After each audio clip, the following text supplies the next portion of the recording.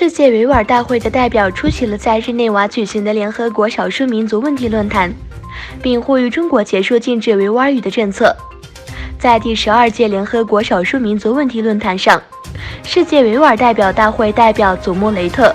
对东突厥斯坦各级教育中禁止使用维吾尔语的政策表示关注，并要求中国撤销这些政策并尊重国际法。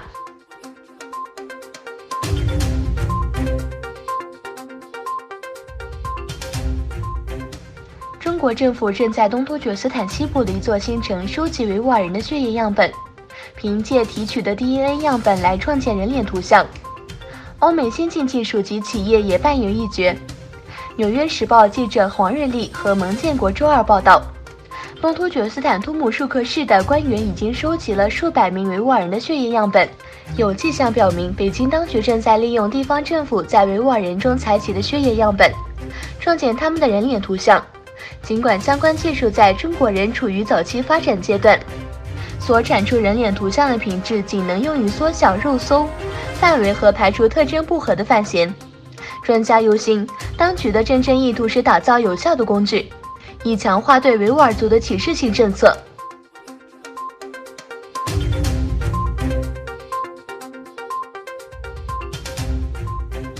总部设在美国的社交媒体推特在中国是被禁止的。普通的中国公民仅登记为推特用户，就有可能被中国当局抓捕。但环球时报总编辑胡锡进和中国官方媒体显然是通过中国当局对中国公众保密的特殊规定，可以随意开设和使用推特账号。胡锡进在推特上用英文发布的推特说，据我所知，由于美国国会计划通过涉及新疆的法案，中国正在考虑对在新疆问题上有丑陋表演的美国官员和国会议员实施签证限制，有可能禁止所有的美国外交护照持有者进入新疆。联合国的专家和人权活动家们表示，至少有100万信奉伊斯兰教的维吾尔人在东突厥斯坦被监禁在中国对外声称的职业培训中心。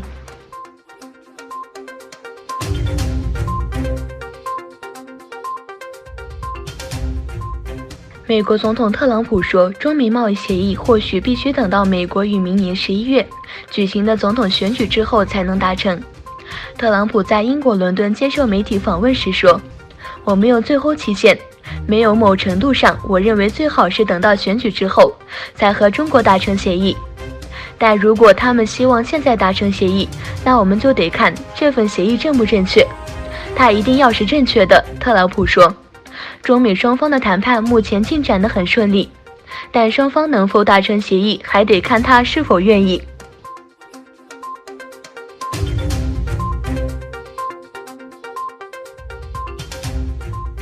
美国国会众议员星期二傍晚压倒性通过了维吾尔人权政策法案，多位来自民主共和两党议员在院会发言力挺这项法案，谴责发生在东突厥斯坦的人权危机，并要求制裁被控在东突厥斯坦践踏人权的官员。这部法案以407票支持、1票反对获得通过。参议员今年9月通过了维吾尔人权政策法案，它将与美国总统特朗普签署后生效。